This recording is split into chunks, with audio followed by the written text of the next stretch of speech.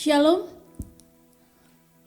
puji Tuhan buat kesempatan yang Tuhan berikan bagi saya. Sebelumnya saya memperkenalkan diri saya, nama saya Jun. Terima kasih buat kebaikan dan penyertaan Tuhan dalam kehidupan saya.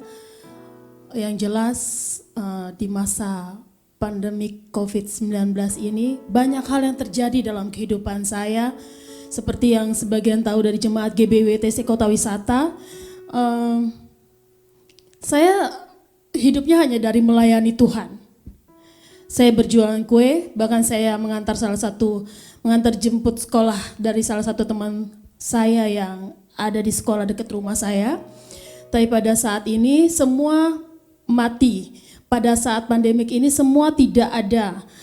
Tapi puji Tuhan, cara kerja Tuhan ketika kita mengandalkan Tuhan dan juru selamat dalam kehidupan kita, berjalan bersama Tuhan, semua tidak ada yang mustahil. Ketakutan, kekhawatiran dalam hidup kita, semua dihentikan oleh Tuhan. Diubah paradigma kita, cara kita berpikir untuk tetap berfokus hanya kepada Tuhan, kepada firman Tuhan, memperkatakan firman Tuhan dalam kehidupan kita. Tidak ada hal yang mudah ketika kita melaluinya, tidak ada hal yang mudah ketika kita menjalaninya. Tapi satu hal yang saya percaya dalam hidup saya, ketika saya berjalan bersama Tuhan, semua terasa mudah. Semua terasa dimudahkan oleh Tuhan karena caranya yang ajaib. Perlindungan Tuhan, penyertaan Tuhan, bahkan pertolongannya nyata dalam kehidupan saya. Sungguh amat sempurna. Ada dua hal yang mau saya saksikan kepada Bapak, Ibu, Saudara-saudari dimanapun kalian berada saat ini. Saya bersyukur kepada Tuhan. Ketika saya beberapa tahun yang lalu mengambil keputusan untuk berhenti dari bekerja, saya mengambil langkah untuk melayani Tuhan sepenuhnya. Kalau mau dipikir-pikir, saya bekerja di sebuah hotel. Gaji dan semuanya bisa aman lah untuk menjalani kehidupan saya 1 bulan. Tapi saya beranikan diri untuk berhenti, tetap melayani Tuhan. Karena saya merasa terpanggil untuk tetap melayani Dia. Dengan talenta yang saya miliki, sampai saat ini, puji Tuhan saya tidak merasa kekurangan satu apapun juga. Saya bisa membayar kontrakan, saya menjalani hidup hari-hari diberkati oleh Tuhan luar biasa. Bahkan ada satu hal yang mau saya sampaikan di sini, Tuhan tidak pernah tidur. Itu yang harus kalian percayakan. Tuhan tidak pernah tidur. Ketika memasuki pandemi COVID-19 ini, saya melatih diri saya untuk mendengarkan Roh Kudus. Di mana Roh Kudus berbicara kepada saya agar saya untuk terus membaca firman Tuhan, melihat kepada firman Tuhan, bahkan memperkatakan firman Tuhan dalam kehidupan saya. Dan puji Tuhan, ketika saya dilatih oleh Roh Kudus, saya melihat banyak hal yang mungkin bagi manusia ini mustahil, tapi tidak ada yang mustahil bagi Tuhan. Karena kita melihat firman Tuhan, kita dikuatkan, kita semakin teguh, semakin kokoh, iman kita semakin dikuatkan oleh Tuhan. Dan puji Tuhan, sampai saat ini pemeliharaan Tuhan selalu ada bagi hidup saya. Tuhan membuat segala sesuatu menjadi indah. Ketika saya memasuki pandemi COVID-19 ini, boleh iblis menutup berkat Tuhan dalam hidup saya. Tapi Tuhan membuka berkat yang lain dengan talenta yang Tuhan berikan bagi hidup saya. Dengan kemampuan yang saya miliki tentunya. Awalnya saya ragu, awalnya saya bingung. Mulai dari mana Tuhan? Tapi itulah roh hikmat Tuhan bekerja dalam hidup saya. Ketika saya mulai inti membangun mezbah kudus dengan Tuhan, memuji dan menyembah Tuhan, banyak membaca firman Tuhan. Tuhan menguatkan, bahkan mengokohkan kepada saya, mengatakan kepada saya, ini loh talenta yang kamu miliki, Kobi. Coba kamu kerjakan. Dengan kreativitas yang ada, saya mencoba untuk mengulang apa yang sudah saya pelajari waktu saya kuliah dulu. Padahal saya jujur, basically saya paling malas untuk membuat kue. Tapi itu yang Tuhan mau. Saat ini, saya mulai terjun membuat kue, menjajalkan kue, dan puji Tuhan. Tuhan bekerja, Tuhan memberkati pekerjaan tangan saya. Banyak sekali yang memesan, bahkan di luar kemampuan saya, Tuhan izinkan. Dan itu adalah berkat yang benar-benar luar biasa hadir dalam kehidupan saya. Saya menjadi kuat. Saya diberikan kemampuan sama Tuhan. Diberikan kekuatan yang dahsyat untuk dapat melakukan hal-hal yang mungkin buat saya saat ini tidak sanggup, tidak seperti waktu saya muda dulu. Tapi puji Tuhan, Tuhan bekerja dahsyat dalam bentuk apapun dalam kehidupan saya. Banyak hal mujizat yang Tuhan berikan dalam kehidupan saya. Saya hanya seorang hamba Tuhan.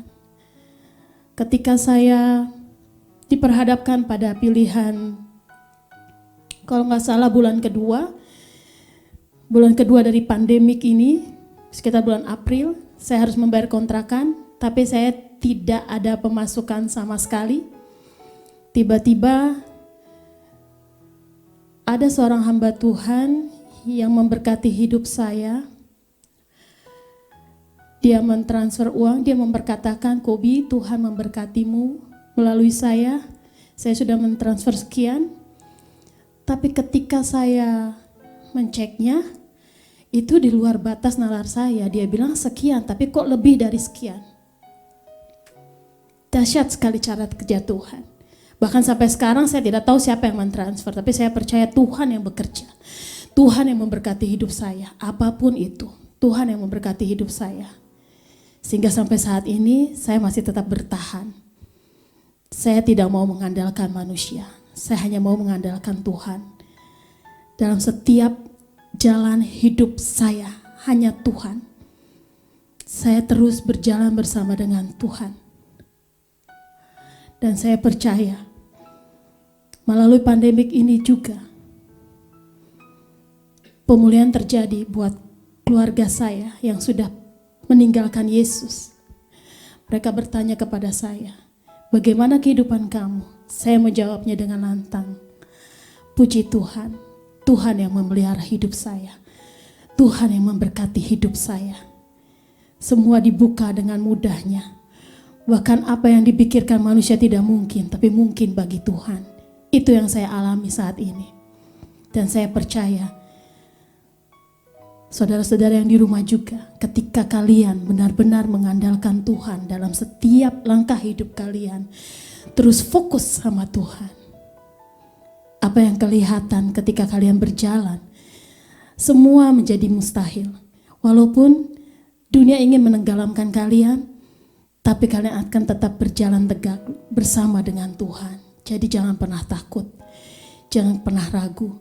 Bahkan kakak saya yang sudah tidak mengakui Yesus sebagai Tuhan, sekarang menyatakan kalau Tuhan Yesus itu ada dalam hidup saya. Itu hal yang luar biasa yang perlu saya saksikan kepada saudara sekalian. Jangan pernah merasa sendirian. Tuhan selalu ada bagi kita semua.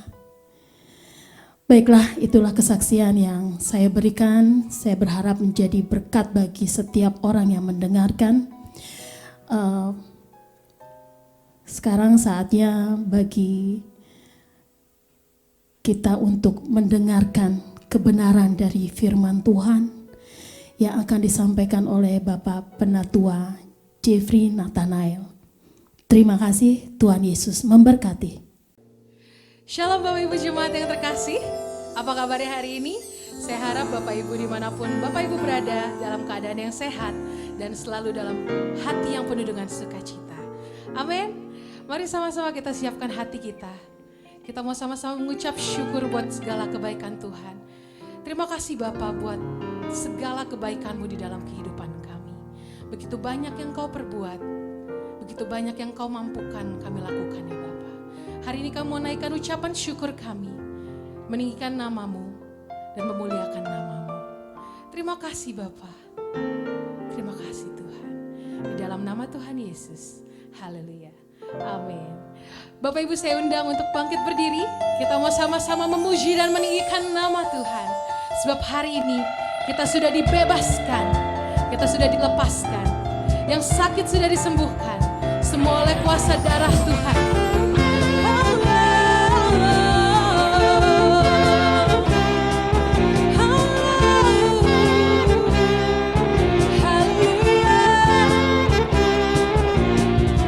Ku dibebaskan, ku dilepaskan oleh kuasa darah-Mu. Ku dipulihkan, ku disembuhkan oleh kuasa darah-Mu.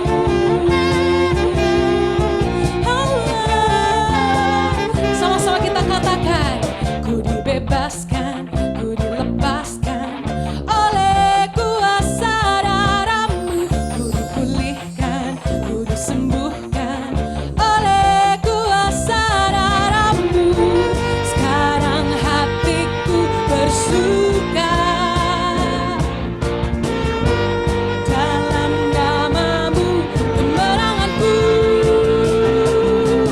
Tinggi-tinggi nama-Mu bertahta di hatiku. Yesus, Kau kekuatanku, kemenanganku. Kudus nama-Mu, kudus nama-Mu. Kau Raja di hidupku. Yesus, Kau kekuatanku, kemenanganku.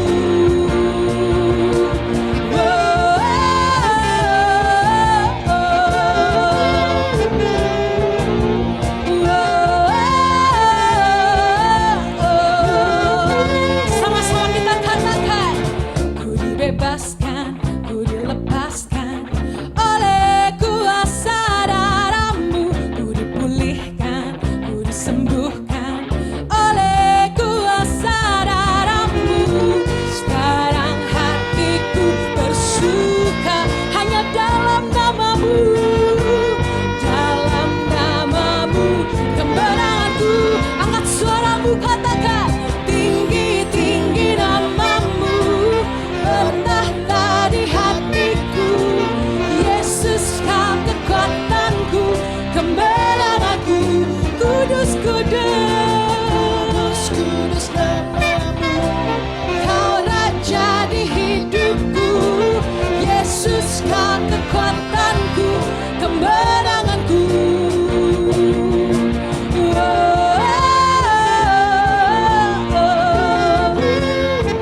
Angkat suaramu.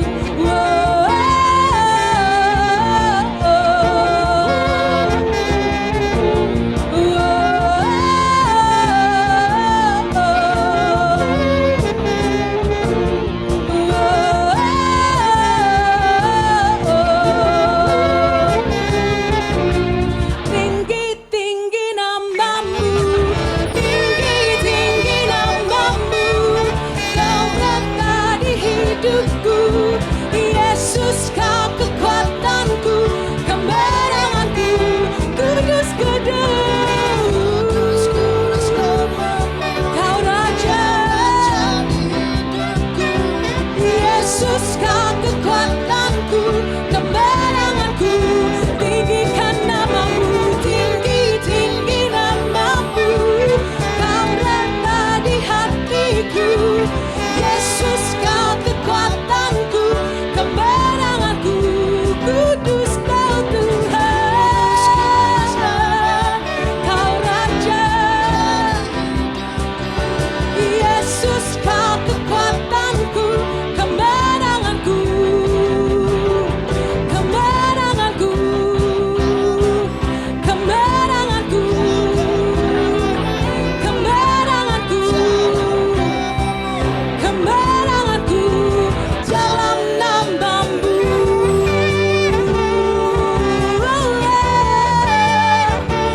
Dalam nama-Mu Tuhan, Kau kemenangan kami.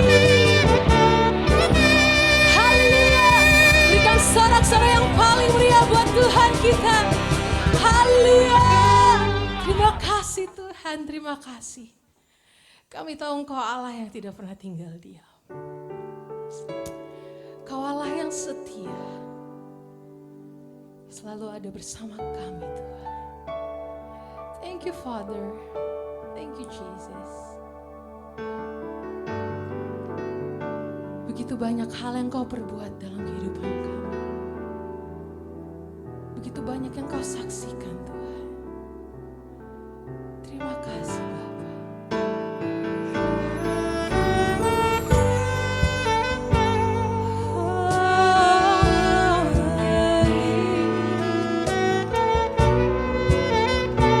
Terima kasih Tuhan, terima kasih kami. Thank you Lord.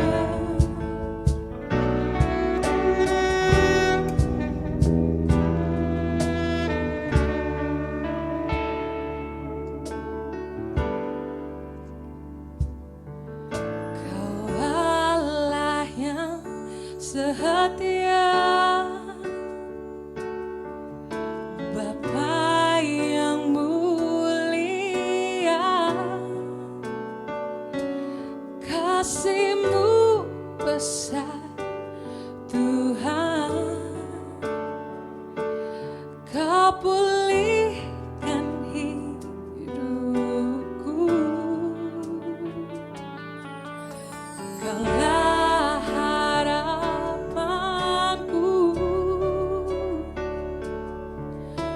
hidupku dalam-Mu. Terima kasih Tuhan, Kau selamatkan hidupku.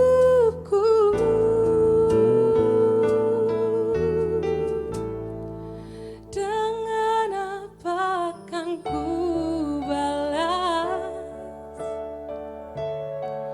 segala kebaikan-Mu?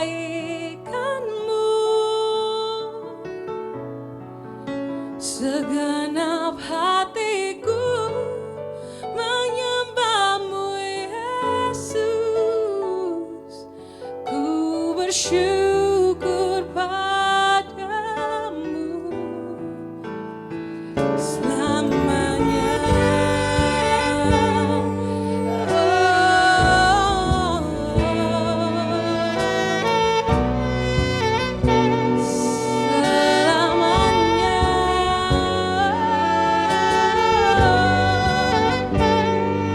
Terima kasih Tuhan.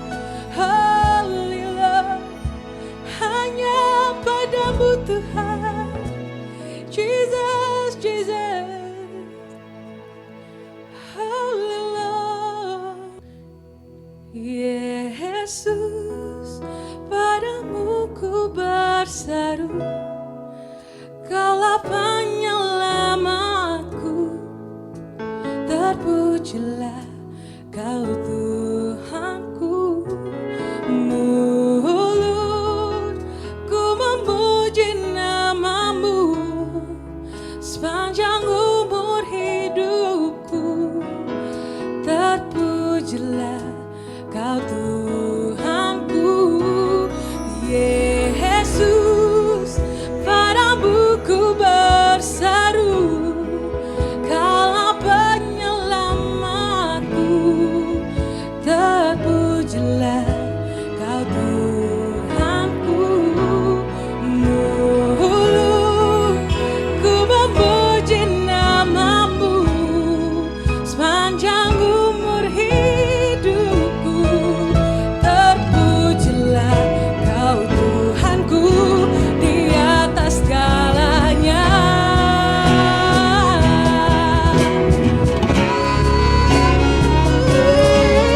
Yesus, padamu ku berseru, Kaulah penyelamatku, terpujilah Kau Tuhanku. Ku memuji namamu sepanjang umur hidupku, terpujilah Kau Tuhanku di atas segalanya. Terpujilah Kau Tuhanku di atas segalanya. Terpujilah Kau Tuhanku di atas segalanya.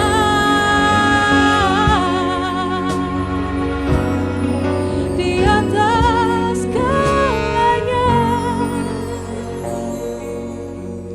Shalom, selamat berjumpa Bapak, Ibu, Saudara-saudari yang terkasih dalam Yesus Kristus.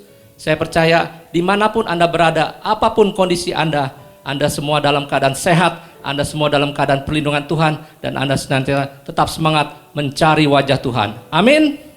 Di hari yang berbahagia ini, perkenankan saya membagikan kebenaran firman Tuhan dengan judul Dipulihkan dan Dijadikan Ciptaan Baru. Sudah beberapa bulan lamanya kita semua mengalami krisis akibat pandemi COVID-19 ya. Sudah lebih dari 8,9 juta manusia terinfeksi virus, bahkan lebih dari 466.000 jiwa manusia meninggal akibat virus ini.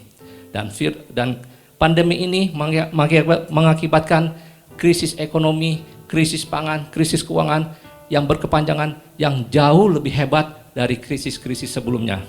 Akibatnya banyak orang hidup dalam ketakutan. Mereka kehilangan pekerjaan, kehilangan masa depan, bahkan saudara, semua orang terkena krisis ini. Tidak ada satupun yang kebal krisis. Baik tua, baik muda, baik miskin maupun kaya, semua terkena krisis. Bahkan hamba-hamba Tuhan pun juga terkena krisis. Dan Alkitab mencatat bahwa salah satu murid Yesus yang bernama Simon Petrus juga pernah mengalami krisis. Tapi Petrus mengalami krisis bukan karena virus corona, melainkan karena Yesus ditangkap. Mari kita baca secara bersama-sama. Kita baca di Matius 26 ayat 47 sampai 56. Perikopnya adalah Yesus ditangkap. Matius 26 ayat 47 sampai 56. Waktu Yesus masih berbicara, datanglah Yudas, salah seorang dari ke-12 murid itu, dan bersama-sama dia serombongan besar orang yang membawa pedang dan pentung, disuruh oleh imam-imam kepala dan tua-tua bangsa Yahudi. Orang yang menyerahkan dia telah memberitahukan tanda ini kepada mereka.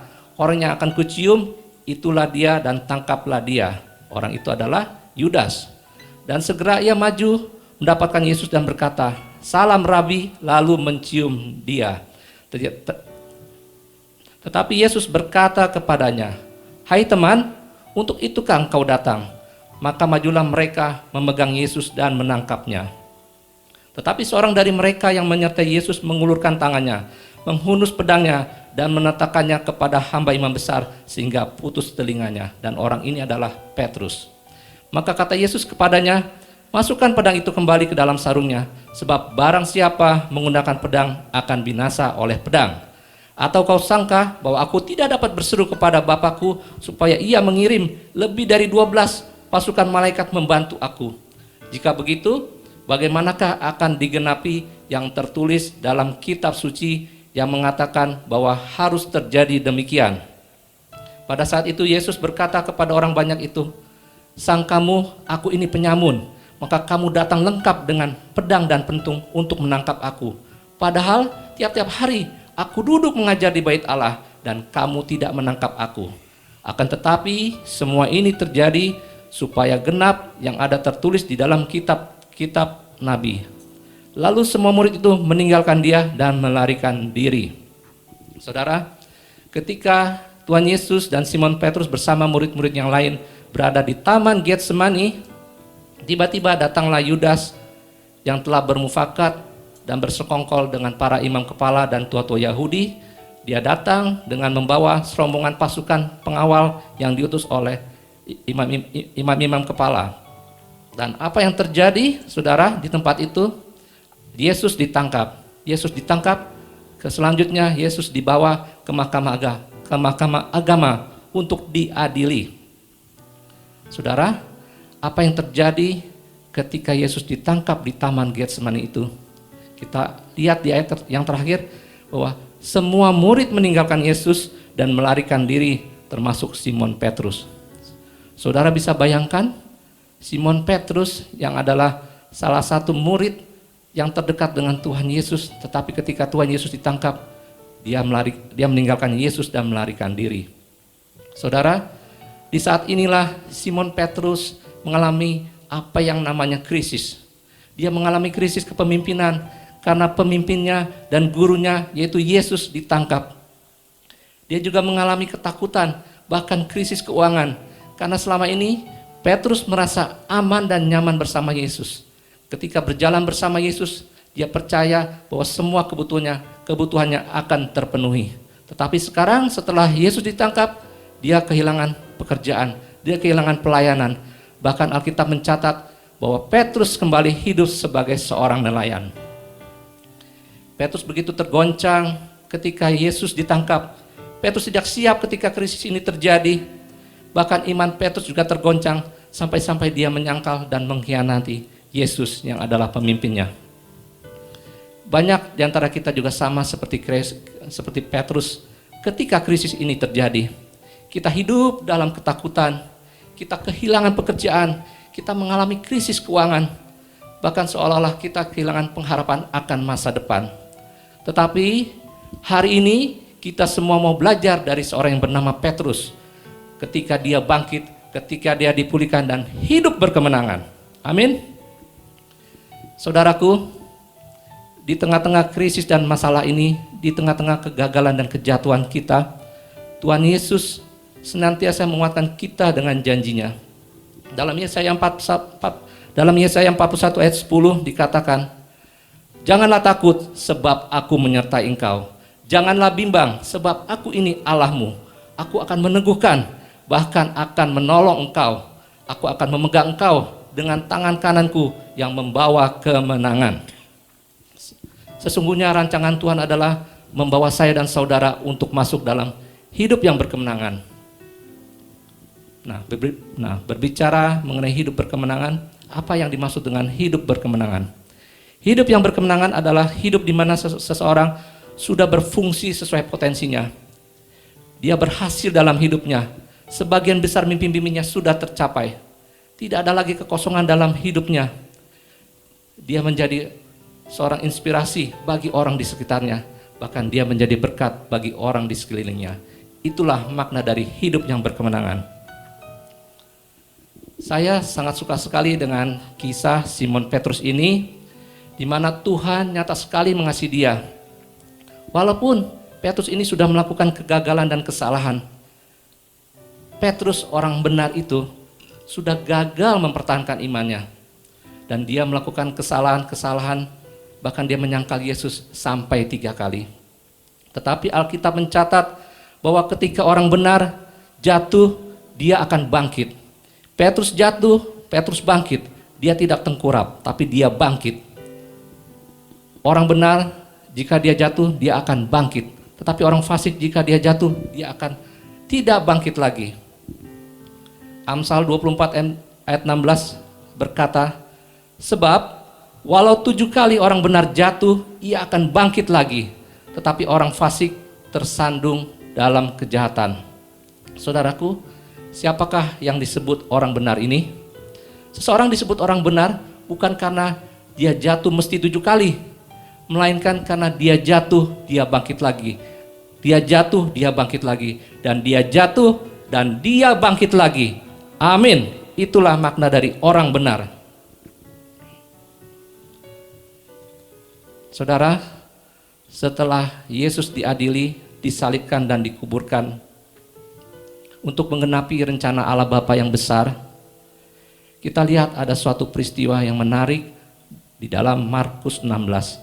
Saat itu Maria Magdalena dan Maria ibu Yakobus datang masuk ke dalam kubur Yesus.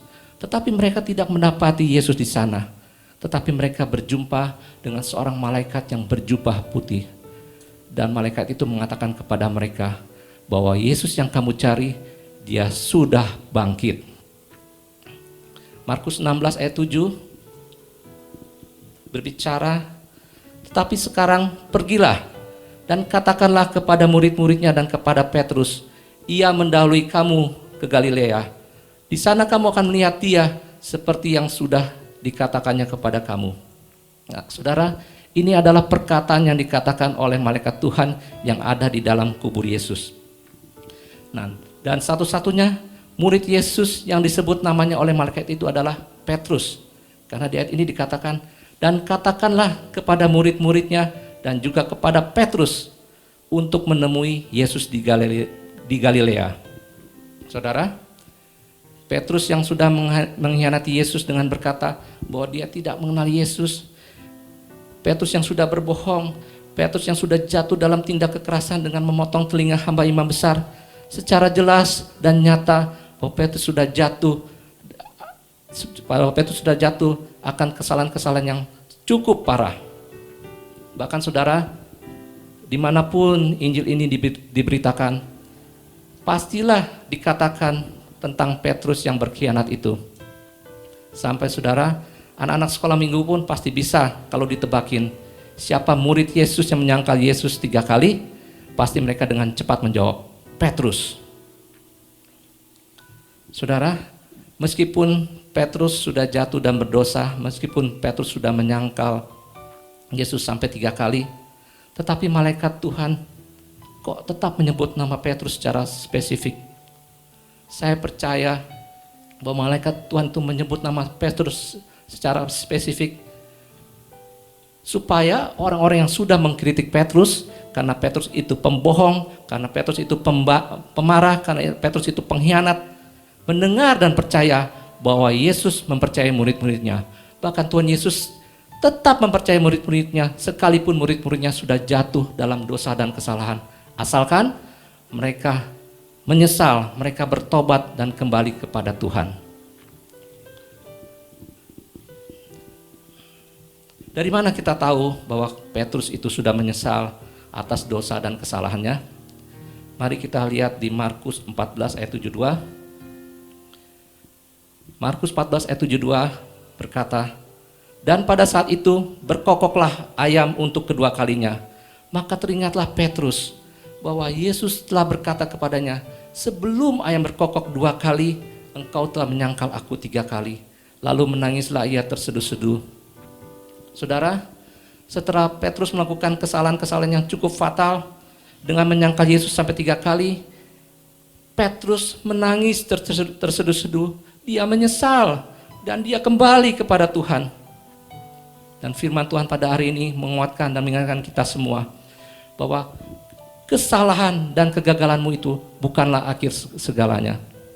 Tuhan mengingatkan kepada Petrus bahwa kesalahan dan kegagalannya itu bukanlah akhir segalanya. Lihatlah bagaimana Tuhan itu begitu baik, belas kasihannya atas kita begitu besar, pengampunannya tersedia bagi kita, asalkan kita menyesal, kita minta ampun dan datang kembali kepadanya. Ketika kita datang pada Tuhan, minta ampun dan bertobat, pemulihan akan tersedia bagi kita. Saudara, saat ini bila ada di antaramu yang merasa, oh aku sudah keliru menetapkan pilihan, aku sudah melakukan kesalahan, dan aku merasa mimpi-mimpiku sudah hancur berantakan, aku merasa sudah tidak punya pengharapan, aku merasa tidak punya masa depan. Ketahuilah saudara, bahwa Tuhan mau tahu, supaya kamu tahu bahwa pemulihan itu masih tersedia bagimu, dan tangan Tuhan terangkat atas hidupmu dan atas pekerjaanmu dan atas bisnismu. Saat saudara menyadari kesalahan-kesalahan yang sudah engkau lakukan, datang pada Yesus, minta ampun dan bertobat. 1 Yohanes 1 ayat 9 mengatakan, jika kita mengakui dosa-dosa kita, Ia adalah setia dan adil untuk mengampuni dosa-dosa kita dan untuk membersihkan kita dari semua kejahatan. Dan Ibrani 8 ayat 12 mengatakan, sebab aku akan berbelas kasihan atas pelanggaran dan dosa-dosa mereka, dan aku pun takkan lagi mengingat kesalahan-kesalahan mereka. Jadi saudara, bila Tuhan mengampuni engkau, bila Tuhan mengampuni saya dan saudara, Dia akan membersihkan kita semua dari semua kejahatan kita, dari semua dosa-dosa kita, dan Dia tidak mengingat-ingat lagi atas kesalahan-kesalahan kita. Dan kemudian Tuhan akan merubah kita menjadi ciptaan yang baru. He can make all things new. Dia menjadikan kita semua ciptaan baru. Wahyu 21 ayat 5a mengatakan, Ia yang duduk di atas tahta berkata, lihatlah, aku menjadikan semuanya baru. Saudara, seperti Simon Petrus yang jatuh dalam dosa, kita pun sama seperti Petrus, kita pernah jatuh dalam dosa. Kita pernah membuat pilihan-pilihan yang keliru, kita pernah gagal, tetapi Tuhan mau kamu tahu bahwa hari ini masih ada kehidupan dalam mimpimu, masih ada kehidupan dalam calling-callingmu, masih ada kehidupan dalam tujuan hidupmu. Karena kita semua diciptakan untuk satu tujuan yang mulia. Dia menjadikan saya dan saudara ciptaan yang baru. Amin. Ada seorang di Amerika yang bernama Stephen.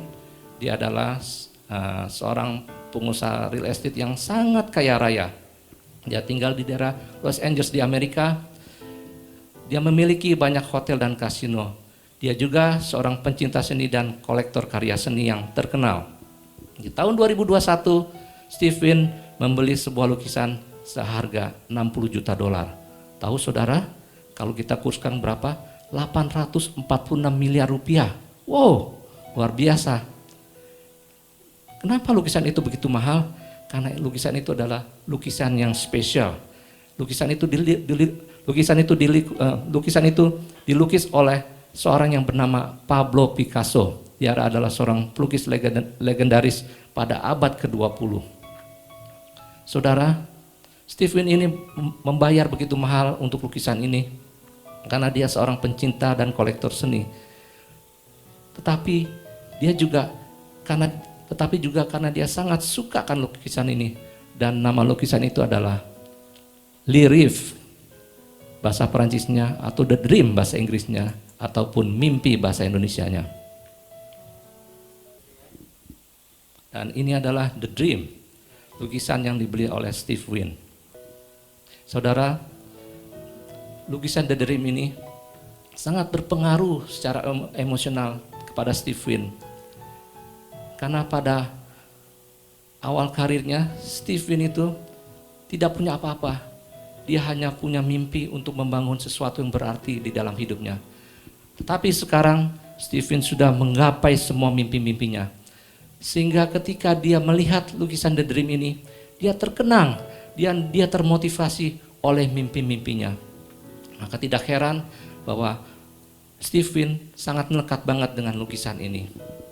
Kemudian dia taruh lukisan The Dream ini di hotel yang paling mewah di Las Vegas. Dan ketika pengunjung-pengunjung hotel memasuki hotel itu, mereka pasti akan menyempatkan diri untuk melihat lukisan The Dream ini yang sangat fenomenal. Mereka akan mengagumi, bahkan mungkin kalau ada ibu-ibunya di sini, mereka akan selfie bersama lukisan The Dream ini. Saudara, setelah 5 tahun kemudian, Stephen ini juga berkeinginan untuk membeli 2 lukisan lain yang harganya cukup mahal. Dan secara kebetulan bahwa pada tahun itu juga datanglah seorang yang bernama Stephen Cohen. Dia adalah seorang miliarder pengelola bisnis investasi global. Dan ketika dia melihat lukisan The Dream, dia tertarik, dia berminat untuk membelinya. Maka akhirnya Stephen Cohen bernegosiasi dengan Stephen dan disepakatilah bahwa lukisan The Dream ini dijual dengan harga 139 juta dolar atau senilai 1,96 triliun. Jadi saudara, dalam waktu 5 tahun Stephen memperoleh keuntungan 79 juta dolar atau sekitar 1,1 triliun. Luar biasa ya. Dan selanjutnya setelah transaksi pembayaran jual beli ini terjadi, Stephen ini meminta waktu beberapa hari ke depan untuk menyerahkan lukisan itu kepada Mr. Cohen di New York. Kenapa? Karena Stephen ini ingin mengadakan pesta perpisahan atas lukisan The Dream yang sangat lekat pada hidupnya. Dan perlu saya jelaskan sebelumnya bahwa Stephen ini mempunyai problem dengan matanya, di mana dia tidak bisa mengira-ngira jarak pandangan dia dengan benda atau orang di dekatnya. Dan akhirnya dilangsungkanlah pesta perpisahan untuk lukisan The Dream ini. Banyak tamu kelas atas menghadiri pesta ini dan mereka sangat terkesan atas pesta ini. Mereka senang di dalam pesta itu dan akhirnya tibalah puncak acara di pesta perpisahan itu. Stephen naik ke panggung yang sudah disiapkan dan dia berdiri di atas mimbar seperti saya ini. Dan di sampingnya dia taruh lukisan The Dream dengan penopang lukisannya. Saudara, mulailah Stephen berpidato. Karena itu pidato perpisahan, dia sangat-sangat emosional, saudara. Dan ketika dia berbicara, dia banyak menggerak-gerakkan tangannya. Dan tiba-tiba dia kehilangan keseimbangan. Dia mulai goyah dan dia mulai jatuh ke belakang. Dan secara refleks untuk mendapatkan keseimbangan kembali, dia berusaha meraih sesuatu benda yang di dekatnya supaya dia tidak jatuh. Dan karena problem matanya, dia tidak menyadari bahwa siku tangannya menekan lukisan The Dream ini dan robeklah lukisan The Dream ini. Robeklah lukisan The Dream yang harganya 139 juta dolar. Hancurlah The Dream, lukisan yang sangat fenomenal ini. Setelah peristiwa ini terjadi, Stephen segera menghubungi Mr. Cohen dan dia meminta maaf kepada Mr. Cohen. Dia katakan, "Sorry Mr. Cohen, saya tidak menghendaki hal ini terjadi, tetapi saya juga tidak mengerti bagaimana saya bisa menghancurkan lukisan ini. Kok tiba-tiba saya bisa kehilangan keseimbangan, saya bisa jatuh, tetapi akibatnya saya merobek lukisan itu." Dan karena merasa bersalah, Stephen katakan kepada Mr. Cohen, "Oke, jangan takut Mr. Cohen.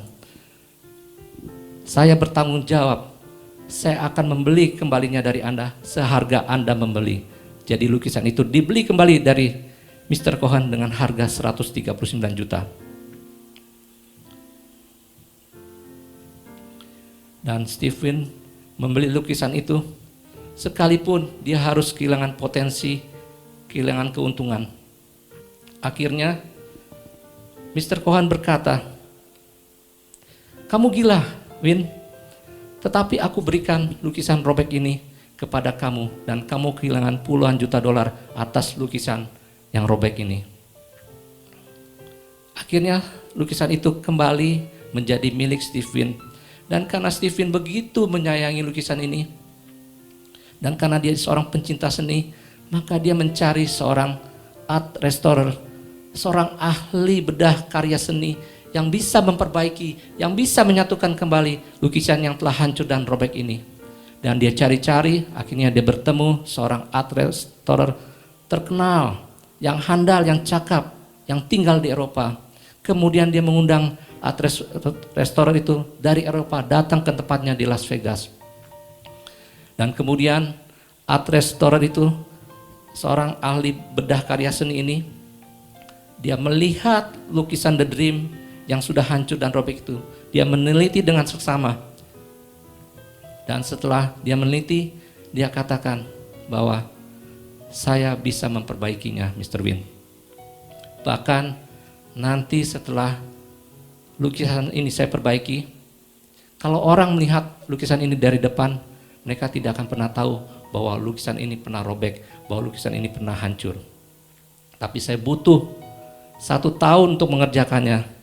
Akhirnya Steven mengizinkan, akhirnya Steven menyuruh kepada art restorer untuk memperbaiki lukisan itu. Saudara, kalau lukisan yang hancur dan robek bisa diperbaiki, demikian pula hidup saya dan saudara bisa juga diperbaiki. Dan kabar baiknya, kita punya Tuhan Yesus. Dialah seorang life restorer. Dialah seorang pemulih hidup yang sangat jauh lebih baik, yang sangat jauh lebih dahsyat dari art restorer manapun. Yesus adalah pemulih hidup saya dan saudara. Saudara, kalau saudara membaca kata restoration, itu mengandung 2 makna. Restore yang artinya pemulihan, dan rest yang artinya istirahat. Jadi pada saat restorasi terjadi, di situ ada pemulihan dan istirahat. Saat Tuhan merestorasi hidup Anda setelah mimpi-mimpimu hancur, maka saudara harus memberikan waktumu untuk berdiam diri, untuk istirahat di dalam hadirat Tuhan. Dan saat itulah Tuhan akan merestorasi hidupmu. Saudara, saat saudara datang ke gereja, saat saudara masuk dalam pujian penyembahan dan mendengarkan firman Tuhan, dan saat saudara masuk dalam hadirat Tuhan, saat itulah Tuhan akan merestorasi hidupmu. Sama seperti seorang art restorer yang memperbaiki lukisan The Dream ini yang sudah hancur. Sedikit demi sedikit dia perbaiki, potongan demi potongan dia perbaiki, robekan demi robekan dia perbaiki, untuk membuatnya menjadi utuh kembali. Begitupun mimpi saya dan saudara yang sudah hancur, sedikit demi sedikit, potongan demi potongan, robekan demi robekan diperbaiki oleh Tuhan kita. Karena saat kita meletakkan mimpi kita yang sudah hancur ke dalam tangan Tuhan Yesus, maka Tuhan akan merestorasinya. Tuhan akan memulihkannya menjadi utuh kembali. Karena Tuhan Yesuslah sang pemulih sejati. Dialah life restorer sesungguhnya di dalam hidup kita. Mari kita beri tepuk tangan yang meriah bagi Tuhan Yesus kita. Saudara, Tuhan ingatkan, jangan letakkan mimpimu yang hancur ke dalam tangan sembarangan orang, tetapi letakkanlah mimpimu yang sudah hancur itu hanya ke dalam tangan Tuhan, karena hanya Dialah yang sanggup merestorasinya, karena Tuhanlah yang sanggup memulihkannya dan menjadi utuh kembali tanpa cacat. Dan 1 tahun kemudian setelah lukisan ini diperbaiki, datanglah art restorer itu kepada Steven dengan membawa lukisan The Dream yang sudah diperbaiki. Dan untuk melihat kualitas hasil restorasi lukisan itu, hasil pemulihan lukisan itu, maka Steven mengundang ahli-ahli seni tingkat dunia untuk memeriksa hasil perbaikan itu. Dan setelah mereka datang, mereka memeriksa, mereka mengamati dengan cermat, dan akhirnya mereka sepakat bahwa hasil restorasi itu sempurna, perfect.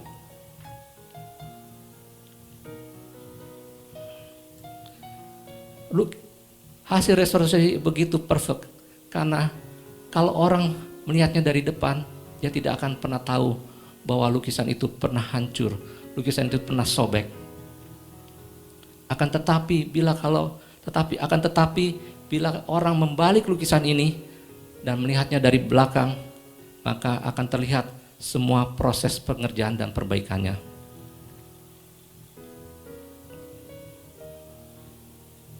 Saudara lihat lukisan ini, dia kelihatan bagus dari depan. Tapi tahukah saudara, kalau saudara melihat dari belakang, akan terlihat tambalan-tambalan, akan terlihat perbaikan-perbaikan yang membuat lukisan ini menjadi utuh kembali.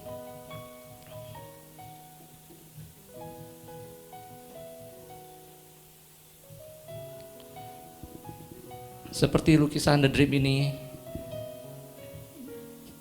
yang telah direstorasi, dia terlihat bagus dari depannya, dia terlihat sempurna.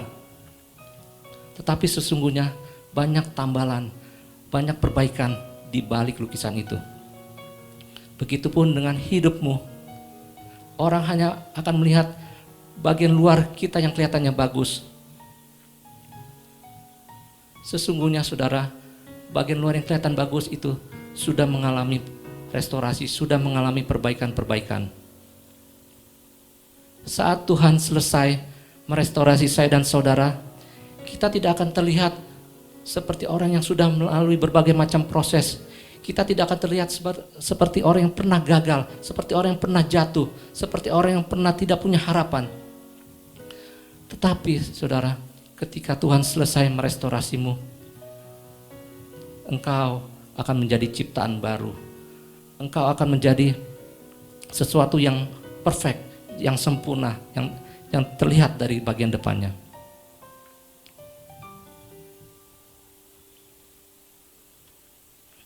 Orang yang melihat kita dari luar yang kelihatannya bagus, tanpa cacat apapun, tetapi sesungguhnya hanya Tuhan yang tahu seberapa banyak pekerjaan yang Dia sudah lakukan di dalam hidup saya dan saudara untuk memperbaikinya.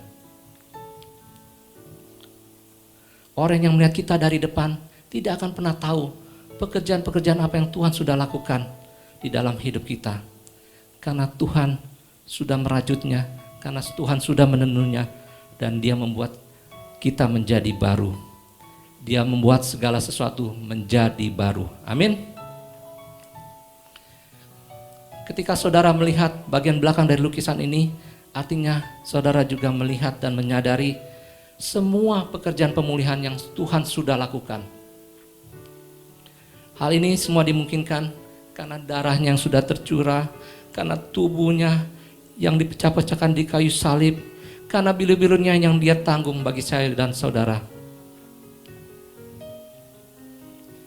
Yesaya 53 ayat 5 mengatakan, tetapi Dia tertikam oleh karena pemberontakan kita. Dia diremukkan oleh kejahatan kita, dan ganjaran yang mendatangkan keselamatan ditimpakannya kepadanya, dan oleh bilur-bilurnya kita menjadi sembuh. Oleh bilur-bilurnya kamu disembuhkan, oleh bilur-bilurnya kamu dipulihkan, oleh bilur-bilurnya kamu dibuat utuh kembali, dan oleh bilur-bilurnya saudara direstorasi kembali. Amin. Dan menyambung cerita tadi, 1 tahun kemudian setelah lukisan The Dream yang direstorasi ini diserahkan kepada Mr. Win, Mr. Cohen dari New York kembali menghubungi Mr. Win. Dan dia berkata, saya sudah mendengar tentang restorasi lukisan itu, dan kini saya menginginkannya kembali. Dulu saya menawar seharga 139 juta dolar. Tetapi itu harga sebelum lukisan itu robek dan hancur. Tetapi sekarang harga yang saya tawarkan 155 juta dolar. Sekarang setelah robek dan hancur dan selesai direstorasi, harganya menjadi 155 juta. Bahwa harganya semakin meningkat setelah lukisan itu melalui kehancuran dan restorasi. Petrus sebelum dipulihkan, dia adalah orang yang gagal, Dia sudah jatuh dalam dosa. Dia pemarah. Dia pembohong. Dia pengkhianat. Tetapi sesudah Petrus dipulihkan dan direstorasi oleh Tuhan, dia dipenuhi oleh Roh Tuhan. Dia dipenuhi oleh Roh Kudus menjadi saksi Kristus yang luar biasa. Nilai hidup Petrus berubah. Dia semakin naik dan berharga di mata Tuhan. Karena dia adalah ciptaan yang baru. Dan kita lihat bagaimana seorang Petrus yang sudah dipulihkan. Ketika dia berkhotbah, 3.000 orang percaya dan bertobat. Dia banyak melakukan tanda-tanda dan mujizat. Dan dengan kuasa Yesus, Petrus juga membangkitkan Dorcas yang sudah mati. Dorcas adalah seorang janda yang sudah mati, yang tinggal di kota Yope. Ketika Petrus datang dan berdoa, dengan kuasa Yesus, Dorcas dibangkitkan dan hidup kembali. Bahkan saudara, ketika Petrus berjalan di sepanjang jalan di mana terbaring orang sakit, dan ketika Petrus lewat, bayangan Petrus menyembuhkan orang-orang sakit. Wow, luar biasa bukan? Setelah bagaimana Tuhan menjadikan Petrus ciptaan baru setelah dia dipulihkan. Hal yang sama juga bisa terjadi dalam hidupmu.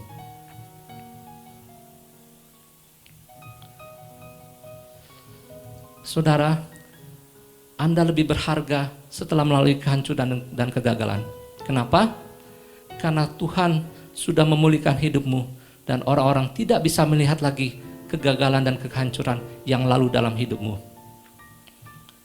Dan saudara pun akan naik lebih tinggi. Saudara akan mengalami pemulihan di dalam hidupmu. Dan kamu akan terbang jauh lebih tinggi daripada segala krisis yang datang, dari segala badai yang datang. Dan kamu akan menjadi kesaksian bagaimana Tuhan memulihkan hidupmu dan membuat engkau menjadi baru. Saudara, kalau engkau tidak membiarkan Tuhan memulihkan hidupmu, maka nilai hidupmu tidak akan naik dan sebaliknya akan semakin turun. Inilah saatnya saudara datang pada Tuhan. Inilah saatnya saudara, inilah waktunya saudara datang pada Tuhan. Minta ampun, bertobat, dan minta dipulihkan. Saudara, jika Tuhan sudah mengampunimu, maka engkau juga harus mengampuni orang lain. Apapun kesalahan mereka. Mungkin ada orang-orang di sekitar keluargamu yang tidak engkau senangi. Mungkin ada kerabatmu yang tidak engkau ingini. Kau sering berselisih paham dengannya, kau sering marah, kau sering ribut dengannya. Saat ini Tuhan ingatkan engkau, kalau engkau mau dipulihkan, kalau engkau mau diampuni, engkau terlebih dulu harus mengampuni.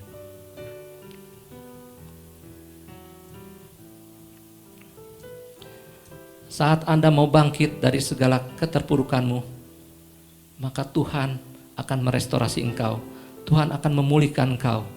Dan dari kehancuranmu akan timbul keindahan. Yang mana keindahannya ini akan melebihi keindahan-keindahan yang dulu. Karena itu saudara, taruhlah segala kegagalanmu, segala kesalahanmu, segala kehancuran dan kesedihanmu, bahkan rasa malu yang kau pikul, juga mimpi-mimpimu yang sudah hancur, saudara taruh semua di tangan Yesus yang sudah berlubang paku. Dia yang sudah menanggung segalanya bagimu di kayu salib. Dan dia bilang di kayu salib itu, it is finished. Sudah selesai. Selesai sudah waktunya bagimu untuk menanggung kesalahan-kesalahanmu. Selesai sudah waktunya bagimu untuk menanggung semua kehancuranmu. Karena saudara tidak diciptakan untuk itu. Tuhan Yesus sudah menanggung semuanya bagimu dan menjadikan saudara dan saya ciptaan yang baru, yang jauh lebih bernilai, yang jauh lebih berharga di matanya.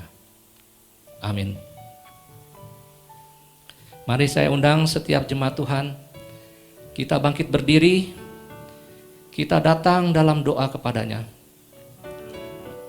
Mari saudara bangkit berdiri, saudara tutup mata dan angkat tanganmu. Angkat tangan saudara. Dan saat saudara mengangkat tanganmu, saudara bayangkan bahwa saudara meletakkan semua dosa-dosa, semua kegagalan-kegagalan, semua mimpi-mimpimu yang hancur, rasa kesedihan dan rasa malumu di atas tangan yang saudara angkat. Dan saudara bayangkan bahwa engkau melihat ada Tuhan Yesus di depanmu, ada Tuhan Yesus di depanmu. Dan Tuhan Yesus berkata dengan suaranya yang lembut, marilah kepadaku semua yang letih lesu dan berbeban berat, aku akan memberikan kelegaan kepadamu. Mari saudara, berikan semuanya itu, berikan semua beban dan pergumulan saudara di dalam tangan Tuhan saat ini. Dan katakan doa ini bersama-sama. Ini Tuhan semua dosa-dosa dan kesalahan dan pelanggaranku. Ini juga Tuhan semua mimpi-mimpiku yang hancur, semua kegagalanku, semua kesedihanku, dan semua rasa sakit di dalam hidupku. Aku letakkan di atas tanganmu. Tuhan Yesus, hanya Kau yang bisa mengambil semua bagian yang hancur dari hidupku. Hanya Kau yang bisa memulihkan aku. Kami minta Tuhan, pulihkan aku, pulihkan kami Tuhan.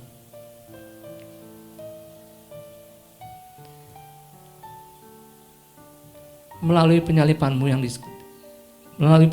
yang di kayu salib, tubuhmu yang sudah terpecah-pecah, dan darahmu yang tercurah, dan bilur-bilurmu yang Kau tanggung bagi kami.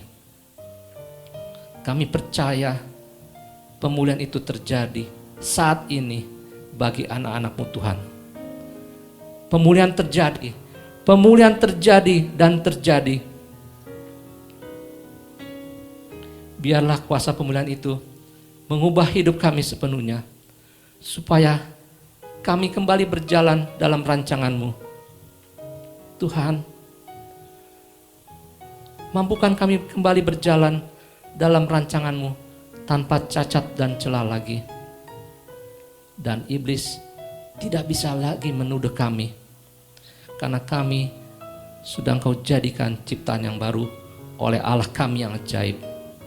Dan kami percaya kami akan terbang lebih tinggi seperti Raja Wali yang terbang di atas segala awan badai. Dan kami akan terus memuliakan Engkau seumur hidup kami, karena pekerjaan tangan-Mu yang begitu indah atas hidup kami. Sehingga orang yang melihat-Mu, saat mereka melihat kami, mereka boleh merasakan bahwa kami adalah ciptaan yang baru, dan bahwa pekerjaan tangan-Mu atas diri dan hidup kami begitu indah, begitu luar biasa. Ambil alih hidup kami ya Roh Kudus. Kami serahkan hidup kami, keluarga kami di dalam tangan-Mu. Berkuasalah atas kami, dan kami berterima kasih kepadamu ya Tuhan, untuk segala belas kasih dan kebaikan-Mu, untuk segala kemurahan dan kuasa-Mu yang sungguh nyata atas kami. Terima kasih Tuhan, inilah doa kami di dalam nama Tuhan Yesus. Amin. Saudara, demikianlah pemberitaan firman Tuhan hari ini. Kiranya menjadi berkat bagi saudara semua dimanapun saudara berada. Selamat hari Minggu, Tuhan Yesus memberkati dan memulihkan saudara semua. Amin. God bless you. Shalom jemaat Tuhan, ini saatnya kita perjamuan kudus. Sebuah momen yang luar biasa sekali. Perjamuan kudus buat kita bukanlah sesuatu yang ritual yang harus kita lakukan, tetapi adalah sebuah perbuatan iman. Melalui perjamuan kudus, kita dapat mengingat apa yang Yesus sudah lakukan buat kita. Dan ada iman di dalam diri kita bahwa Yesus yang sudah menebus kita, yang sudah berkata sudah selesai, itu telah melakukan semua yang terbaik dalam anugerahnya buat kita. Oke, Mari angkat roti dan anggur di tangan kanan saudara. Thank you Jesus. Ikuti doa saya. Bapa Surgawi, karena begitu besar kasih-Mu kepadaku, sehingga Engkau telah mengaruniakan Putra Tunggal-Mu Yesus Kristus disalibkan untuk menebus dosaku. Sekarang saya mau bersekutu dengan tubuh Yesus dan dengan darah Yesus untuk mengingat kematian Kristus bagiku, untuk memberitakan kematian Kristus sampai Ia datang lagi, dan untuk meneguhkan persekutuanku dengan tubuh Kristus. Mari masing-masing kita bersyukur. Katakan terima kasih Yesus buat tubuh-Mu yang sudah Engkau pecah-pecahkan bagiku. Terima kasih buat darah Yesus yang sudah dicurahkan bagiku. Shipikiarada baba baba syadarala baba baba. Besar anugerah-Mu, berlimpah kasih-Mu, amen. Semakin hari semakin bertambah besar anugerah-Mu. Oh yes, terima kasih Tuhan Yesus. Kasih-Mu begitu besar buat aku Tuhan. Kau telah menebus aku dengan darah Yesus. Terima kasih aku telah diperdamaikan dengan Bapa. Aku dibenarkan. Thank you Jesus. Terima kasih buat anugerah yang luar biasa yang sudah aku dapatkan melalui karya penebusan-Mu Yesus buat aku. Thank you Jesus. Jemaat yang telah ditebusnya, imani saudara. Persekutuan dengan tubuh dan darah Yesus. Kau mengalami sebuah terobosan rohani. Kelepasan, kesembuhan, kekuatan, semangat, pengharapan yang baru. Thank you Jesus, thank you Father. Thank you Jesus. Jemaat yang telah ditebusnya bukankah roti yang atasnya kita bersyukur adalah persekutuan dengan tubuh Kristus. Katakan amin. Bukankah cawan anggur yang atasnya kita bersyukur adalah persekutuan dengan darah Kristus. Amin. Makan, minumlah dan alami kuasa persekutuan dengan tubuh dan darahnya. Dalam nama Yesus. Thank you Jesus.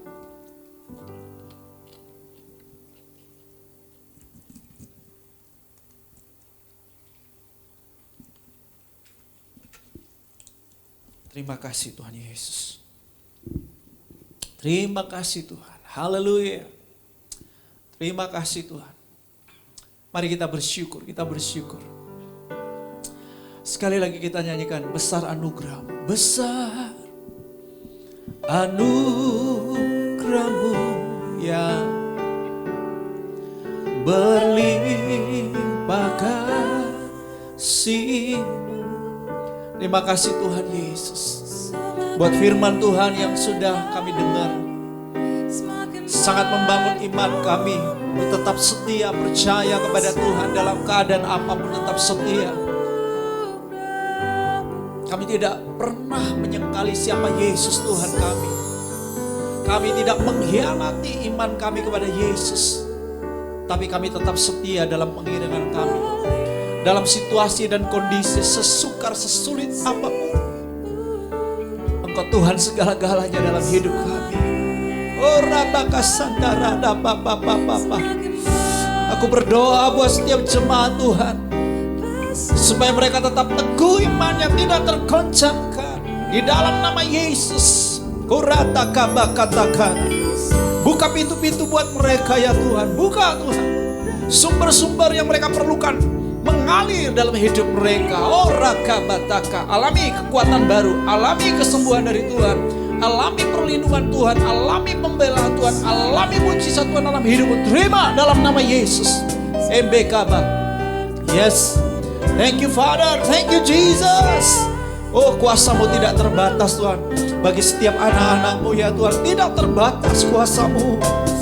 Terima kasih Aba ya Bapa. Anugerah-Mu nyata dalam hidup kami. Dari satu kasih karunia kepada satu kasih karunia berikutnya. Dari satu berkat rohani kepada berkat rohani berikutnya. Oh, thank you Jesus. Dari satu perkenanan kemurahan kepada perkenanan kemurahan berikutnya. Kami terima dalam nama Yesus. Terima kasih Aba ya Bapa. Besar anugerah-Mu. Semua yang mengalami anugerahnya hari ini, gelombang kasih karunia demi kasih karunia, katakan amin. Haleluya. Thank you Father, thank you Jesus. Baik Bapak Ibu yang terkasih, jemaat yang dikasih Tuhan, kita serahkan, kita akan memberikan terbaik pada saat ini untuk kemuliaan nama Tuhan, melalui persembahan kita. Saya undang Bapak Ibu untuk bangkit berdiri, kita akan sama-sama deklarasikan persembahan kita. 3, 2, 1. Pada saat kami membawa persembahan, kami percaya pintu surga terbuka dan berkat Tuhan dicurahkan. Saya menerima usaha, pekerjaan, karir, sekolah, dan kuliah yang lebih baik. Keuntungan, penghasilan, bonus, dan aset dilipat gandakan. Semua transaksi dibuat berhasil. Pelanggan lama dan baru Tuhan datangkan. Semua pembayaran dapat dilunasi. Memiliki rumah di bumi dan di surga. Menerima hadiah, kejutan, dan penghargaan. Diberikan jodoh bagi yang belum punya pasangan. Diberikan anak bagi yang belum punya keturunan. Kami memiliki keluarga yang harmonis. Semua musuh, penyakit, dan kerugian dihalau dari dalam hidupku, keluargaku, pekerjaanku, dan bisnisku. Ini adalah waktu memberi persembahan dalam nama Tuhan Yesus. Haleluya. Amin. Baik Bapak Ibu sekalian, kami silakan duduk kembali. Kita akan sama-sama menaikkan doa syafaat kita saat ini. Bapak, kami bersyukur Tuhan buat ibadah kami Tuhan saat ini ya Bapak. Kami bersyukur buat kehadiran-Mu Tuhan. Terima kasih buat lawatan-Mu Tuhan. Melalui pujian penyembahan kami Tuhan. Terutama melalui kuasa kasih firman-Mu yang Kau nyatakan buat kami semua pada saat ini ya Bapak. Biar apa yang menjadi firman-Mu yang disampaikan pada saat ini Tuhan menjadi rema buat kami semua ya Bapa. Terima kasih ya Yesus. Kami berdoa Tuhan buat hamba-Mu Pak Jeffrey Nathanael yang telah menyampaikan isi hati-Mu Tuhan pada ibadah kami kali ini ya Bapa. Tuhan berkati Pak Jeffrey dengan keluarganya Tuhan. Dalam pekerjaannya Tuhan, pakai dia Tuhan untuk jadi kemuliaan-Mu ya Bapa. Ada hikmat dan marifat baru selalu ada buat dia Tuhan. Di dalam pekerjaannya Tuhan, di dalam setiap pelayanan Tuhan, Engkau perlebar kapasitasnya dengan kuat kuasa kasih-Mu ya Bapa. Berkati juga istri dan anaknya Tuhan. Biarlah keluarga ini Tuhan menjadi berkat dimanapun mereka berada ya Bapa. Bapak, kami juga berdoa Tuhan buat gembala kami Tuhan, Bapak Bram Swendun Tuhan. Berkati Pak Bram Tuhan sebagai gembala GBWTC Kota Wisata maupun Kupang dan juga SOE Tuhan. Berkati di dalam pelayanan ya Bapak, dimanapun Kau percayakan Tuhan. Tuhan biarlah ada penyertaan-Mu yang sempurna Tuhan dalam pelayanan Tuhan. Roh-Mu bekerja lebih luar biasa lagi Tuhan dalam pelayanan Bapa. Sehingga ketika dia melakukan apa yang menjadi panggilannya Tuhan, di setiap pelayanan yang Engkau percayakan buat dia Tuhan, nama-Mu dipermuliakan, nama-Mu ditinggikan Tuhan. Banyak orang berpaling buat Engkau dan mencari Engkau Tuhan. Terima kasih Tuhan. Kami juga berdoa buat penatua, diaken dan pekerja Tuhan, baik yang ada di Kota Wisata Kupang dan juga SOE. Mari ya Yesus Tuhan, berikan kami unity Tuhan, untuk selalu Tuhan mendengar suara hati-Mu Tuhan, melakukan yang terbaik untuk kemuliaan nama-Mu ya Bapa. Tuhan, kami juga berdoa Tuhan, biarlah dan dalam masa pandemik ini Tuhan, tetap Engkau berikan kekuatan, kemampuan buat kami Tuhan untuk melayani Engkau Tuhan. Dalam setiap hal yang Engkau percayakan buat kami lakukan Tuhan, buat jemaat Kota Wisata maupun Kupang dan juga SOE ya Bapak. Bapak, kami juga berdoa Tuhan buat gembala rasuli kami Tuhan, Bapak Pendeta Insinyur Wiryo Hadi Tuhan, berkati Tuhan dengan para stafnya Tuhan yang ada di pusat di BSD ya Bapak. Hikmat marifat menyertai mereka Tuhan, penyertaan dan perkenanan juga ada pada mereka Tuhan. Bapak, kami berdoa Tuhan saat ini Tuhan buat bangsa negara kami, bangsa Indonesia Tuhan. Mari ya Yesus Tuhan, berkati bangsa ini Tuhan. Kami mau berdoa Tuhan khusus buat para pemimpin bangsa ini Tuhan, dari presiden, wakil presiden Tuhan, berikan hikmat marifat buat mereka Tuhan, berikan terobosan-terobosan baru selalu Tuhan, buat para pemimpin-pemimpin kami Tuhan, agar mereka boleh Tuhan menerima sesuatu yang baru Tuhan, untuk melakukan terus terobosan-terobosan Tuhan, untuk menyelamatkan bangsa ini Tuhan dalam menghadapi masalah pandemik ini ya Bapa. Sehingga semakin hari Tuhan bangsa ini tetap tegar Tuhan, berdiri Tuhan di setiap masalah yang ada, termasuk masalah pandemik ini ya Bapa. Terus Tuhan, dari pemimpinan tertinggi sampai pimpinan terendah Tuhan di seluruh Indonesia Tuhan, para pemimpin daerah juga Tuhan, Kau berikan kekuatan, hikmat, marifat daripada-Mu Tuhan, unity juga ada pada mereka ya Bapa. Kami patahkan setiap roh-roh yang mencoba mencah belah Tuhan bangsa ini ya Bapa. Mereka tidak bisa berdiri di bangsa ini Tuhan, karena Kau yang menjaga dan Kau memelihara bangsa ini ya Bapa.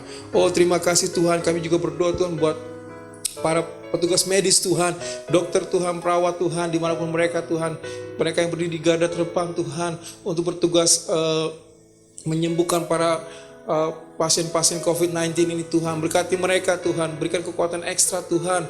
Oh darah-Mu menyertai mereka Tuhan, sehingga mereka juga dapat melakukan yang terbaik Tuhan dalam pelayanan mereka Tuhan, untuk para penderita penyakit COVID-19 ini Tuhan, dan juga para TNI Polri Tuhan yang berdiri di garda terdepan juga Tuhan, untuk menjaga protokol-protokol yang telah ditentukan oleh pemerintah Tuhan berjalan dengan baik adanya Tuhan. Semua juga Tuhan buat Pemda Tuhan, berkati mereka Tuhan, sehingga mereka juga dapat melakukan terbaik Tuhan. Dan buat bangsa Indonesia Tuhan, mari ya Yesus Tuhan, berkati bangsa ini Tuhan, dan biarlah ini semua ya Bapa. Kami percaya Tuhan, kami akan lalui semua ini Tuhan bersama Engkau Tuhan, karena Engkau yang memimpin bangsa ini Tuhan. Engkau juga akan yang mengantar bangsa ini Tuhan, melampaui ini semua Tuhan, melewati semua ini Tuhan dengan kuat kuasa-Mu yang ajaib Tuhan.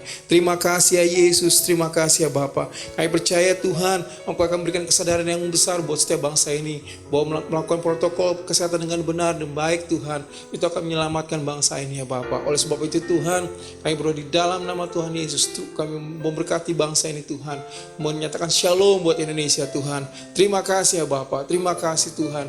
Inilah doa kami Tuhan, doa ucapan syukur kami yang menaikkan buat Engkau Tuhan, Allah kami yang hidup, Allah kami yang kasih-Nya tidak pernah berubah Tuhan, dulu, sekarang, sampai selama-lamanya. Di dalam nama Tuhan Yesus, mari sama-sama kita katakan amin. Jemaat Tuhan, saya ajak semuanya bangkit berdiri.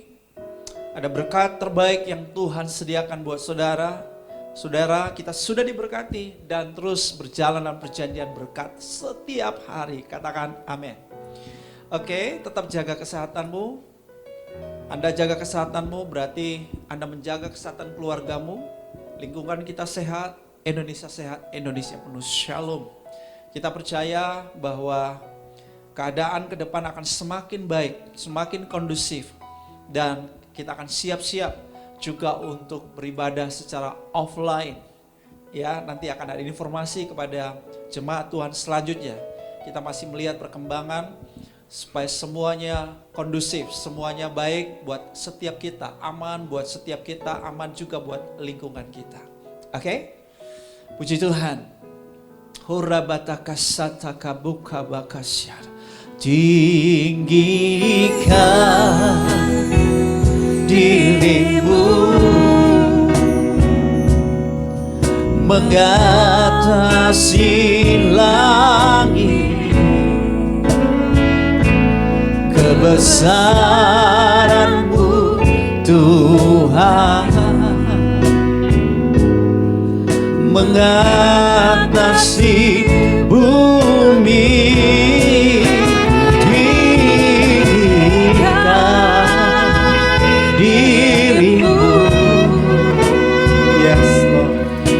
Mengatasi langit, kebesaran-Mu Tuhan, kemuliaan-Mu Tuhan, kemuliaan-Mu Tuhan, keagungan-Mu Tuhan, mengatasi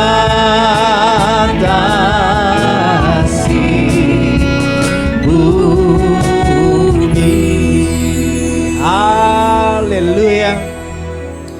Jemaat Tuhan, terimalah semua berkat terbaik, berkat damai sejahtera dari Bapa Surgawi mengalir dalam hidup.